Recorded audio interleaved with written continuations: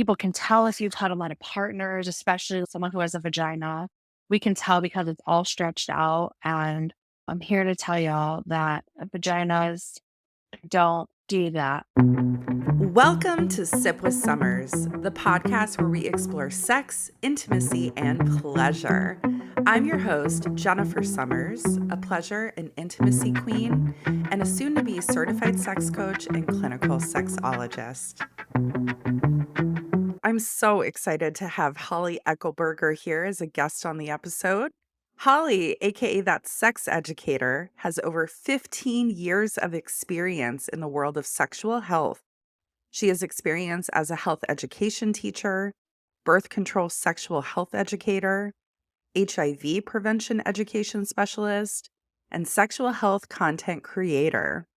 In February of 2023, Holly started her own podcast, Meet Me at the Spot, to discuss the ways reproductive health and justice intersect with the world around us. Her most recent project is launching her own brand, That Sex Educator, to be a collaborative space for education and connection around sexual and reproductive health. Holly, welcome. Thank you so much for having me. I'm so excited to chat. Me too. Me too. Holly was kind enough to invite me to be a guest on her podcast. And I'm so happy that I get to repay that favor and have you on Sip with Summers. Yeah, I invited myself. Once you said I'm doing a podcast, I was like, I'll be a guest, even if you don't want me. You are so You're like, no, you're wanted. already on the list, weirdo. So I would love to hear your That's so story funny. of how you got into the field of sexual education. I grew up being that little kid in kindergarten who was like, gonna be a teacher. I knew my whole life I was gonna be a teacher.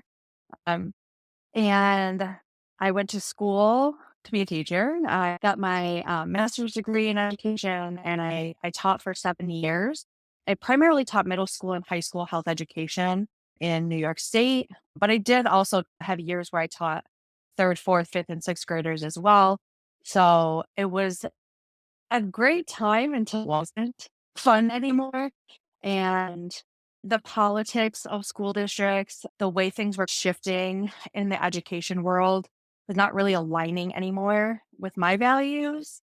I just want to mention, after applying for about 100 jobs, I really thought I'm going to be stuck as a teacher forever. I don't have anywhere else to go. This is my life now. I was at a conference and talking about a degree in public health focused in public policy. And I was like, wait, what? And I was ready to take my work to the next level, but I just wasn't sure how to do that at that point. So I started looking into schools and landed on a really great program at George Washington University and got my master's in public health. And then 2 weeks after graduation, I got a job, and the job I currently work at in HIV prevention education. The pandemic hit. I started dabbling on TikTok. Some people did, and got advice from some folks to use my platform to talk about sexual health. I started my podcast, which is something I have always wanted to do. And so I started my podcast in February of 23, and also backtrack to about 8 years ago now. Myself and a bunch of other health educators and people working in that space recognize the need in our area for folks to really understand what reproductive justice is and how that intersects with a lot of the work that happens, and how can we take these siloed institutions and systems and bring them all together. And so myself and a bunch of other amazing people, we co-founded a sexual and reproductive justice task force locally where I'm at. And I still am very much a part of that, co-director currently for that as well. And just to add one more thing to my life, I'm also a mom to a 3-year-old. And so it's very fun getting the opportunity to speak on various platforms, my own platform included, on how to talk about sexual health topics, especially starting at a young age. People are like, at first, like shocked that I've been talking to my kid about consent since she was born, before she could understand words, really. And we talk about body parts and We read books with a lot of diversity and different families, and all of that is sexual health. And so I think it is important to highlight that those conversations can happen naturally and starting at a young age. And I've been really blessed to be able to talk about that on various platforms. So it's been really awesome. That is awesome. And I don't have children of my own, but I have nieces, and my sister has always been really good about teaching the girls consent and about their bodies and diversity because not all kids get that in the school system. And not all parents talk about it either, Mhm. right? No, it's a struggle. What are some of the most common sex, intimacy, or pleasure concerns that you're hearing from people? Oh, so many. Other ones, especially when I would talk to youth, but even with adults, you would think that youth and adults have very different concerns and questions. A lot of it's very similar because a lot of adults now didn't get great or any sex education in school. And they don't have that information that young people have, and they don't have anyone to talk to. Where do older folks go? Where do grown-ups go to talk about their sex problems besides their doctor, right? Mm. Some big concerns around pleasure.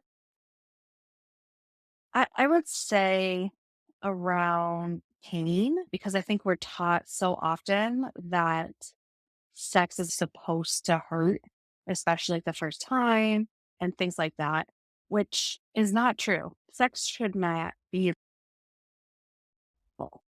And because we don't talk about pleasure as part of sex education, what really happens is people don't know about using lubrication, about adding lube and frequently through sex, right? And folks don't know that. And they just think, oh, they're supposed to be all wet and ready to go, specifically talking about vaginas, Yes. which isn't the case for a lot of people, even young Mhm. people. There's lots of things that impact vaginal secretions, things like that. And there's not necessarily, that doesn't mean that there's something wrong, but it just means that you probably need to use some lube, some really good lube. And then the other concept is around this virginity concept, and that people can tell if you've had a lot of partners, especially someone who has a vagina.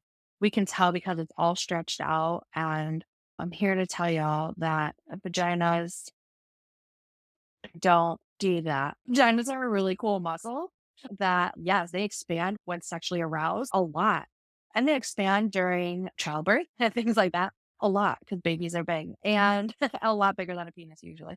But then they go back down to size. And if you really think about it, if someone's vagina gets stretched out by having sex with 100 dudes, why wouldn't they get stretched out by having sex 100 times with the same person? Right? Uh-huh. That makes literally Exactly. no sense. And so really what it boils down to is that penises come in all different shapes and lengths and girths and widths. Vaginas are the same. There's a lot of variability with vagina length and width. And so if someone is like, "Oh, I know she's been with a lot of people because her vagina is so wide and loose," what that means is that your penis width is smaller than her vaginal width, especially when excited. And it's just a different compatibility. The same thing if you were like, "Oh, I know she's not been with anyone because she's so tight." It probably means your penis width is bigger than her vaginal width. Again, lots of lube, a lot of communication with your partners and things like that, but a lot of these myths that are just out in the world, I think are the biggest thing. There's so many, it's wild. Yeah, I agree with that. And I feel working in sexual health, we tend to be myth busters. The lubricant Uh-huh. point you brought up, Holly, is something I hear all the time from especially Yeah. newer clients because my existing clients know that I preach lubricant. But I recently was having a conversation with a So very good friend, and they shared with me that they have a new partner. And when they were having sex, there was a lot of vaginal pain. And I said, "Are you mm, using lubricant?" And they're like, "No." They hadn't even considered that as an option. And I'm here to say I oh, feel lubricant is the one little tiny tweak that can change your sex life exponentially. yeah, yes. Yes, finding a good lubricant is key. Even if you don't think you have any issues with vaginal secretions and getting wet, oh, you should use lube. The Yeah. wetter, the better, I say. Yes. We all want those wops. For anyone listening and doesn't know what a WAP Yes, is, it's a that's one of my wet ass favorite. pussy. Oh, that's one of my favorite songs. When that came out, I was like, "Hell yes." Such a great song. It's one of my favorites. Same, same. It's the sex educator's anthem. Speaking of education, I'm curious, how has your role changed since Roe versus Wade and the political climate in the United States right now? I don't know what you're talking about. It hasn't changed at all. No, I'm just kidding. Could you imagine? I wish that was the case, but it obviously isn't. And so lots of changes. So the work that I do, the job that pays the bills, I work primarily in HIV prevention education. But Roe v. Wade, an overturning of Roe v. Wade specifically, has a lot more to do with abortion access than most people realize.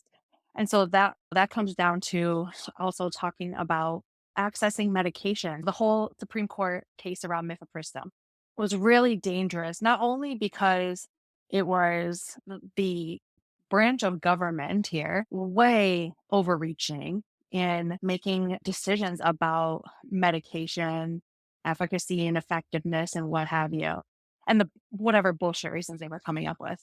But what that set the precedent for was that the Supreme Court and lower courts can challenge any medication they don't agree with. And so when you think about PrEP for HIV prevention, that is a medication that people may not agree with and is already seeing a lot of legislation trying to get passed in many states around that. But then you're going to talk around hormone replacement therapy for trans and non binary folks, but that also impacts hormone replacement therapy for cisgender folks, right? Mhm. And so people don't think about the implications because abortion is so easy to attack at the low hanging fruit for a lot of these conservatives because there's so much stigma around abortion.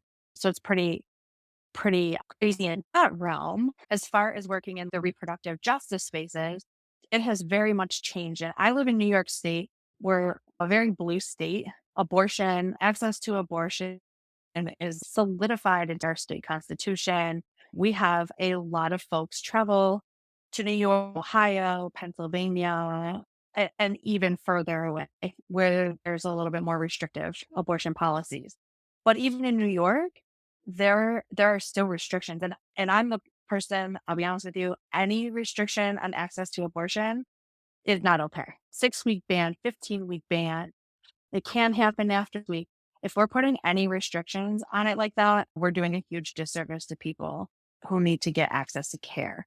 And so helping to educate people around that, helping to have those conversations with people is tough sometimes because it is a touchy subject for people and that's fine. I totally understand and I try to approach these conversations in a way that resonates with somebody without being defensive. But I've also spent the last couple of years speaking at a lot of rallies and writing a lot of speeches, and it's been time consuming and having to navigate things that I shouldn't have to navigate, right? I shouldn't have to learn about laws and intricate medical details, but I've had to so I can help educate other people. And I think one of the coolest things that has happened, and I hate to say that because it's nothing's cool about it, but in starting my podcast, my sister asked to be a guest, but refused to tell me what she was coming on for, what she was going to talk about. She just said, I have a topic and I'm just going to talk about it, which, as you're going to learn as a podcast, is so scary. Oh my God, I'm I'm having anxiety terrified. right I have now no just feeling idea that. what to expect. It was, I was like, oh my God, what could this be about? She shared that when she was younger, she had an abortion. I had no idea. I had no idea. No one in my family, none of us knew. Nobody knew except for her current fiance that knew about it. But she opened up about it and in an effort to destigmatize it the conversation and also to let folks know this is what I wish I would have. And that was so powerful. And it really changed the dynamic of a lot of conversations that we have within my own family now, which is really great. That's amazing that these conversations are happening. I hear all the time people say everybody knows somebody who's had an abortion. And for people who are listening, going, I don't know anyone who's had an abortion. Yes, you do. They just haven't felt safe telling you about it or have felt the need to tell you about it for whatever reason. Mhm. But I will guarantee you, every single person knows somebody who's had an abortion. And so we want to be thoughtful about the way we talk about this. We're not talking about how the media portrays someone getting an abortion, some reckless teen who, who just made a decision and then went to some back alley clinic to go get an abortion. The typical person who gets an abortion actually already has kids. And talking to folks about that and destigmatizing and breaking down a lot of those myths. Again, it's, I'm just a myth buster. And Yes. breaking those down. How do we do that? And how do we have those conversations to get people to see that abortion is healthcare and it's safe? And if someone gets an abortion, it literally has zero impact on your life at all. Yeah, I agree. Look, it is a super divisive topic and everybody has their own opinions, Hmm. but oftentimes when I listen to people with differing opinions of me, what I've noticed the common thread is a lack of comprehensive sexual education. People just Oh, not really even understanding how reproduction works. Now, you mhm. mentioned reproductive justice. Can you share a little bit more, Holly, what that's about? Yeah. So reproductive justice is this incredible framework that was coined by a group of Black women and really seeing the intersections of reproductive health, reproductive rights, and a lot of other social justice issues. And so reproductive justice essentially works on the belief that everybody has the right to not have kids if they don't want to. Everybody has the right to have kids when they want to, and to be able to raise families in safe environment. And so when you think about those like three main tenets, right, you can start to see the intersections of social justice issues. And so not being able to have kids, yeah, of course, like you think about abortion, but we also need to think about people who don't want to have kids, but also people who, can't have kids and have just moved on from that aspect of their life for whatever reason. Or for people who want to have kids but need IVF. And talking also about people who don't want to have kids, birth control access, right? And then, of course, having kids, but also being able to feel safe to go to the hospital and have those kids and not being worried that you are going to be someone who is your needs are neglected. And then raising those kids in safe and healthy environment. So that looks like food justice. That looks like affordable housing, low crime rate, that looks like police accountability and criminal justice reform. Then we talk about climate justice. And so all of these things are very much interconnected. And it shouldn't matter what zip code you live in or what street you live on. We all should be afforded the same access. Just because get to live in one part of my town doesn't mean that I should get more access to being able to take my daughter to the pediatrician than someone who lives 10 minutes away in a economically, I don't want to say disadvantaged area, but I always want to be thoughtful with my language because it's not like people who live in the area that made that situation bad, recognizing that they were a victim essentially of circumstances that led them to be that way. So, when we were talking, you mentioned that you do sexual health content creator, and Hmm. that's really how we met on TikTok. Yeah. I love your stuff. I want to know, where do you get your inspiration for your content? It's a really great question. At first, I just asked a bunch of my friends to work in the space, hey, what are things that like you think people need to know that I should make content on? And that's how it started out in my early days, is just really making these very cringy educational videos. I'm an elder millennial on TikTok, so everything I do is very cringy. Um, Same girl, and same. it, and I will be honest, and I've talked about this a lot on my TikTok channel. Every time something very heavy happens, whether it's in our own country or globally, it feels so weird to me to just make content as usual. I really struggle with it. And so, obviously, in case anyone has just emerged into society after the last 4 years has been a nonstop hot mess express and globally and in this country. And it has been really hard for me to be motivated to make content as usual and just to talk about silly sex stuff. And it's important and I love it. And I love that I'm not the only person because when I need to take a step back, there's so many incredible content creators such as yourself who I know are doing the work. And then when you need a break, you know the same thing, right? That there's lots of amazing people. And I really have started to adopt little things from just amazing sexual health educators. And when I say sexual health educators, I don't just mean people who talk about sex, whatever, but also people who work in mental health spaces as well, specifically around LGBTQ plus folks, specifically talking about folks who are sex therapists and things like that as well. But I've started to take little things that they do and I'm like, oh, that's a really great idea. I want to adopt something similar and try to make it my own because I want it to be authentic, which I think is really important. But I love that one of the greatest things about being a sexual health content creator is that none of us are doing the exact same thing. And we all have space in this work. And I think we are all so appreciative of one another. I don't know. And maybe it's just my being naive and just being fortunate enough to be on the right side of sex education TikTok. But it's literally the coolest group of people. And we hype each other up. We share each other's stuff. We like and comment and really boost each other up. And I absolutely love that for us. It's such a nice, Same. wholesome community. It really is. And I think that it's such a small community too, because hmm there's not a lot of people that do what we do, Holly. hmm And there's just this unspoken connection with other sex educators in the realm. Absolutely. I'm curious, when you were growing up, what messages did you get around sex, intimacy, and pleasure? I am one of the many folks in this space who went to Catholic school, but my dad had primary custody of my brother and I. And my dad was a single dad, raising two kids, a year and a half apart from each other, working a minimum wage paying job. We're just scraping by. And so we didn't really have a lot of those conversations at home. And then my mom, I went to her house every other weekend and then every other holiday. And she tried to make it the fun environment. So we didn't really talk about this stuff at a young age.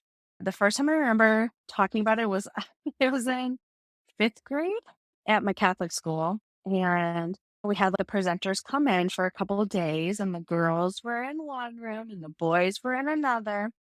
But the conversation in the girls' room was around periods and menstruation, and the people presenting were from the hospital, and they had a parent and me kind of class for young girls to learn more about our bodies and about puberty and menstruation. And so my stepmom and I went to those classes, and they were amazing. I still remember them, and I was so young, but I still very much remember how impactful they were and getting to learn. And for me, when I got my first period, I knew what a period was, but I was still so scared shitless. I should it was the first day of 8th grade. I came home. Nobody else was home but me. And all of a sudden, I go to the bathroom and there's blood, right? What the hell? I called my stepmom at work and she didn't answer. And I left a voicemail that said, "Hey, Sherry, it's Holly. There's an emergency at home. Call me back by." Well, as a grown-up, and now as a mom, I'd be freaking out. She was like, Yeah. "Okay, we need to talk about what an emergency is." So it was funny. It's a moment we always laugh about, even to this day. It's hilarious. But high school, I didn't get a lot of sex education. At health class, we didn't really talk about sexual health that much. And it really was in college, honestly, when I decided to be a health teacher, that I learned a lot, like a lot. Yeah. There's a lot to learn. Yeah, so much. And I'm always learning. I'm a forever student. I don't claim to be an expert in anything, I claim to be very knowledgeable in a lot of topics, but I'm constantly learning and constantly growing, which is the cool thing about this field is that we're learning new things all the time. And so it's always an opportunity to learn and grow. Yeah, this is definitely a stay a student type field. And I Hmm. love that for us because I feel like when you stop learning, you become stagnant. And it's so important that we are always exploring new ways of doing things and thinking about things and new ways to Hmm. experience pleasure and compassion. Oh, absolutely. So, what kind of things bring you pleasure, Holly? Oh, so many things. Funny that you asked that question. And I went to a conference about a year and a half ago now, and it was all focused on pleasure. It was pleasure focused because a lot of the work that we do is very risk avoidance focused. Don't have this kind of sex, you won't get these kind of diseases. And it's very shameful around sex.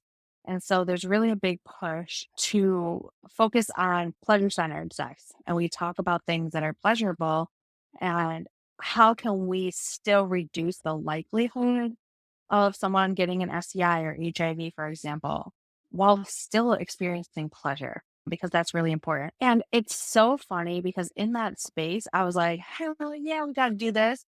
And then I was like, why am I so withdrawn and nervous to talk about sexual pleasure for myself? I can talk about it with a partner, usually. Oh, great. But in spaces with other people in this field is pleasure and stuff. But so what brings me pleasure just in life in general? Are you asking Yeah. me on a deeper level? Okay. I mean, I say take it however you want to answer it. There's no hidden agenda. Okay. I did the anxiety, nervous, like roundabout way of explaining around it. And then I was like, wait, what did you actually mean? Well, it's great. It's great. So things that bring me pleasure just in general. I'm going to answer both parts. Okay. So Sounds in good. general, getting to spend time with my family is number one. I have a 3-year old and I have a spouse, and getting to spend time together is always joyful for the most part. And also with family and people that I'm close with. That brings me so much pleasure. Good food. I am a big fan of if you're having a really rough, stressful time, make sure to eat something that brings you joy. If you're having a really good time in your life, eat something that brings you joy because you deserve to feel joy. If food is something that brings you joy, having a little snack or having your favorite meal is such a great mood changer or mood enhancer, I would say. Being in warm weather near a beach, which I don't have in my life, but that brings me joy. When I go on vacation somewhere and there's a beach and some nice warm weather, I am so happy. That's my happy place. I was thinking and talking about sexually pleasure. I'm huge on the foreplay. It's gotta be. It can't just be like a let's go. It's gotta be a lot heavy on the foreplay. Heavy on the foreplay. But then once I'm ready, I'm like, "Okay, I don't need any more foreplay, just go." Don't worry about me anymore, just go. Yeah, I am with you on the foreplay. I have dated some guys that are very anti foreplay, and Ugh. one of them even told me, Holly, you just want too much foreplay. It just takes too long. I'm like, oh, you're not the right guy for me. Give me hours Mm-mm. of foreplay. Yeah, Give me throw them only out. foreplay. Throw the whole man out. A Yeah, bear pretty would much. never. A A bear bear would would never. never. We're gonna piss some men off. Good. That's what I aim to do. The more pissed off you are as a man, the better I'm doing at my job. This definitely is a podcast that is geared toward women, but we like some guys. We like the Yeah. guys that understand why women would choose a bear. Oh, yeah. If you can understand that, you have so much internal work to do at this point in time. And it's a similar conversation that's happening in a lot of other spaces too, especially around Black women have the same discussion around men or white women because white women pose a lot of danger. And I'm saying that as a white woman. I literally just posted a video about white women getting our shit together. And historically, collectively as a group, we haven't done so great. And we have a lot of work to do. We have a lot of catching up It's not just talking the talk, but it's walking the walk. We can't continuously sit here on the internet and defend white women. And yet, what are we doing? I think those conversations are really important to have, are really important to step back and understand where that's coming from, why it is coming from that place. It's not just individual white women. So, like, people like, but not all white women, but not me. I follow black people. And the same thing with men do the same thing with this whole man versus bear. Not all men, not me though. Yes, baby, if you are compelled to write that comment, this is about you. Take a step back and do some reflection and recognize ways that you may be causing harm to folks. So that this just took a weird little side road, and I love that. Love it Never for know us. what to expect when we get together, Holly. Never, and I love that. That is how it should be. I totally agree. Yeah. I really appreciate the open conversation and the dialogue. Also, I can relate to being a sex educator and talking about my own sex life and feeling uncomfortable about it. So, just want to acknowledge that how you feel is totally normal. I And appreciate that. so happy you shared. So, thank you. Yeah, yeah. I think it's important. People think just because we work in sex education that we're freaky deaky, like we want to do all the sex stuff. And I'm like, no, I have chronic hip pain and I'm very tired. There's a lot of things I don't want to do or don't or can't do. Just because I talk about sex and pleasure as a general sense to people doesn't mean that I'm always comfortable talking about that, even with like-minded people. And so I think Mm. if you're someone listening to this and going, "Oh my gosh, I could never be a sex educator because I could never," it's okay because we get embarrassed sometimes too. We get uncomfortable, we get awkward. So there's no worry about that. And we get into this field because we love what we do. We love the controversy and the drama and the ever evolving parts of sexual health. And also loving to learn, I think is Mhm. really a big part of it, as we've mentioned, all of those things. My favorite thing is definitely the learning and then the ability to educate others. I like Oh, sex, but yeah, oh I do yeah. agree with you. I think that people have this idea about us that we're swinging from the chandeliers. And if whoever's into that, by the way, cool. I'm into Good for whatever you you. too. Yeah, Um, get it. but I do think some of us are a little more tame. Only speaking Yes, for myself here. same. I'm with you. And I'm a Leo. I'm an educator. I'm a personality when I'm in front of people. But that is for entertainment because I think talking about sex is so awkward for people that if you're entertaining and if you're laughing and we're being silly about it while still being educational, people are a little more receptive to the information. Totally agree. Yes. That's basically my career in a nutshell. Yes, I love that. So, with everything you know about sexual health, Mhm. how has it impacted your own sex and intimate life? Yeah, nobody wants to have sex with me because they think I know everything. And no, I'm kidding. So for me, I don't. I think for me, having a better understanding of pleasure, I think has changed the game. And understanding that penis being inserted into the vagina does not usually equal orgasm. That lots of other factors go into play, and learning that masturbation is so normal and what an amazing way to find out what feels good for you. And then being able to communicate that to a partner. No, I don't like that. Or yes, more of that, please. Or yes, that, but a little bit to the left. You're right there. And understanding the human body, right? A lot of people don't know the clitoris. You did some really great social media promotion showing the clitoris model. And a lot of people think it's just like a little nub.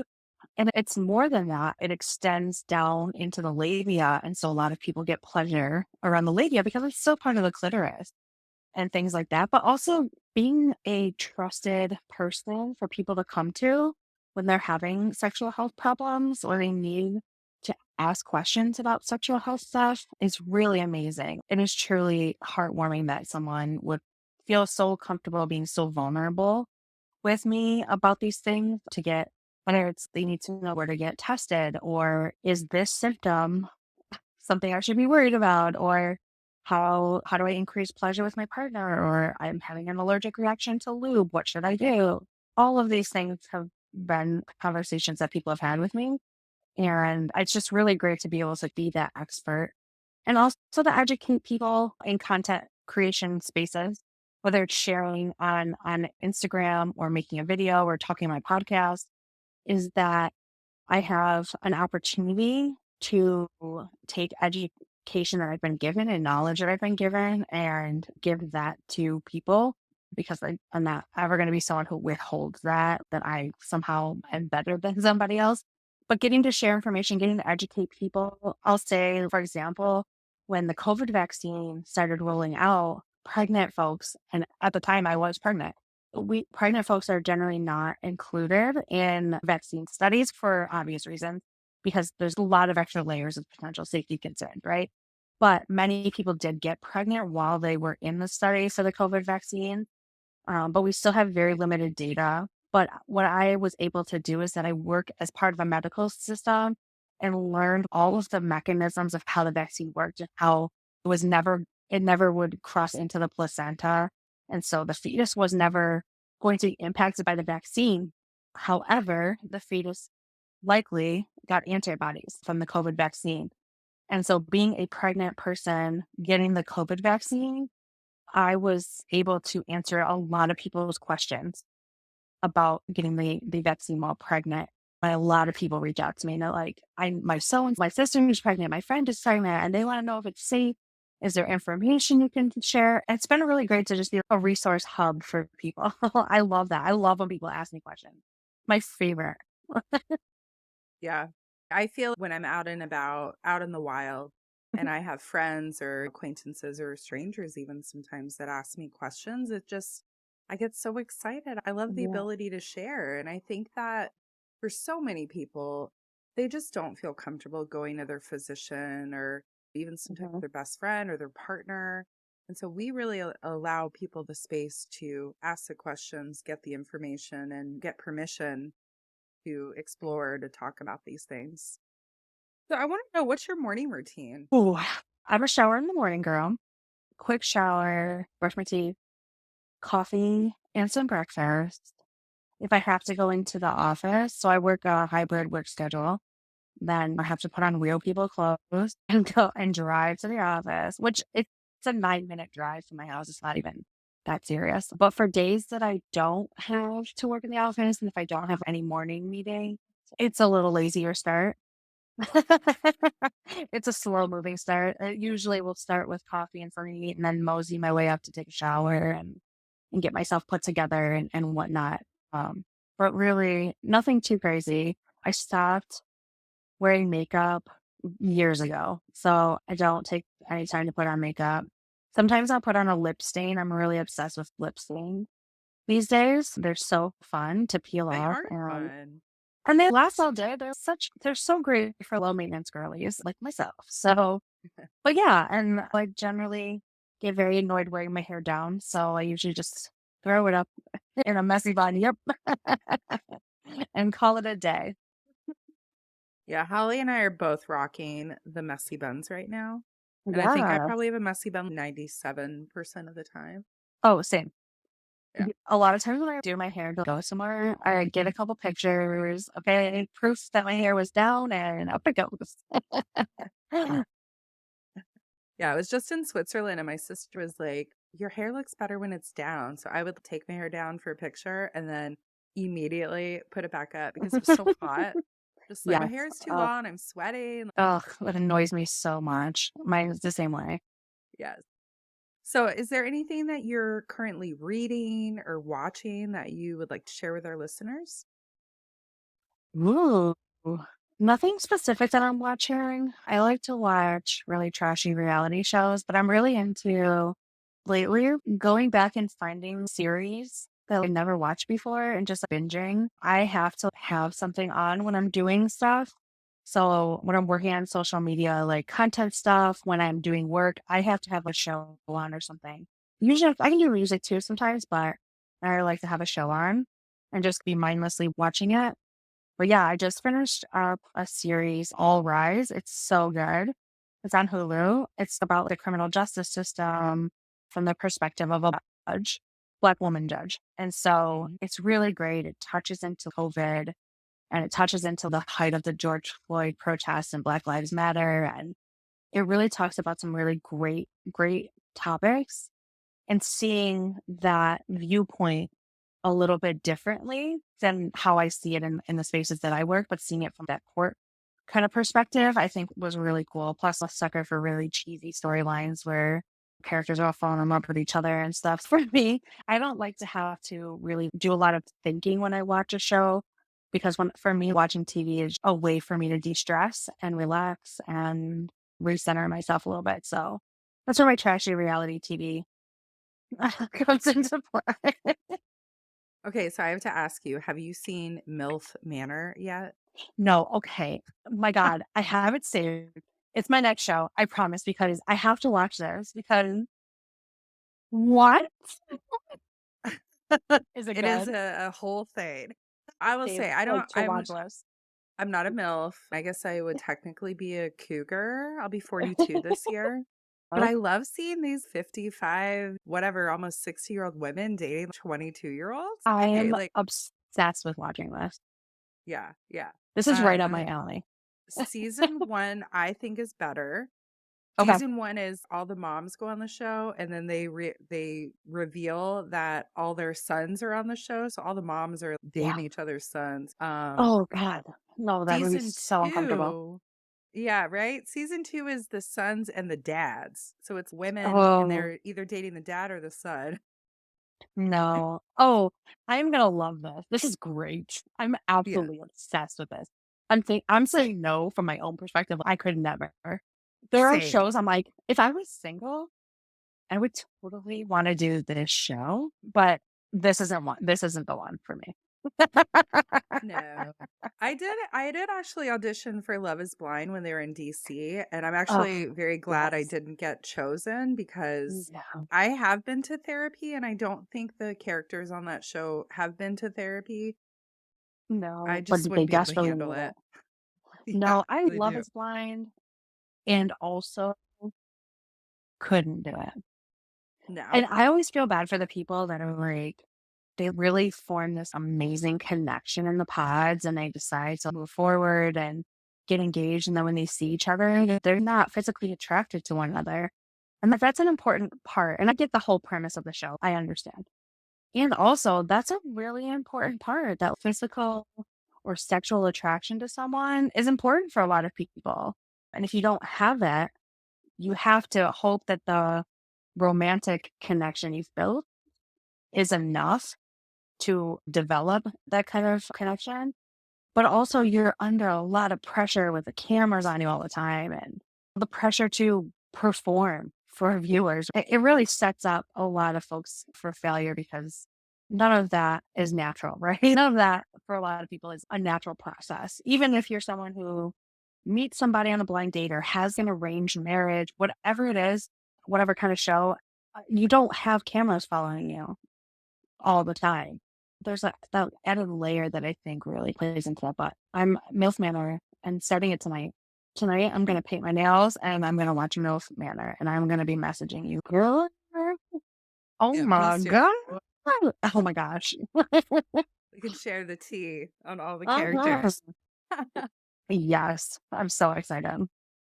Before we wrap up today, I've had such a great time talking with you, Holly. We could do this for Oh my gosh. hours. Me too. I Um, love it. I want to ask you, is there anything that we didn't discuss tonight that you would like to share with the listeners? Am I allowed to do a shameless personal plug? Please shamelessly promote yourself. I'm here for it. Yeah, a work in progress for my life. I feel like I'll forever be saying this, but the more I keep putting it out there, the more I feel like it forces me to just get off my ass and do the damn thing. But I have started my own website, that's sexeducator.com. I'm hoping for it to be a community space and a hub for not only resources around various sexual health topics, but my goal, my dream, my vision is that I will have educational workshops around sexual health available for folks. So this is really great for adults who never got this information and don't know where else to go to get it. This is really great for homeschooling parents to be knowledgeable on how to have some of these conversations with their kids. This is great for teachers, for college professors, for really anybody to be a part of it. And then my ultimate goal also with this is that other sex educators who have workshops that they want to share with the world, but don't want to have their own website or anything like that, will be able to use my website as a hosting spot to promote their own education. Also, I want to have more events with folks around sex education in the virtual space. And then also really put myself out there for consulting in various ways, in person kind of workshop events and things like that. Fortunate that I've worked in a lot of different spaces in this work. And I want to bring that level of expertise and knowledge to the world and work for myself and do my own thing and say yes to projects I want to say yes to and say no to projects I want to say no to. And not have to do it because I have to do it because someone's telling you. Yeah. I Yeah. feel like that's when That's my you project. really made it, when you get Yeah. to be the creator of your own destiny and say yes to what feels good. Yes. That's the dream. And I'm working on building up the workshops now, and things will be available really soon.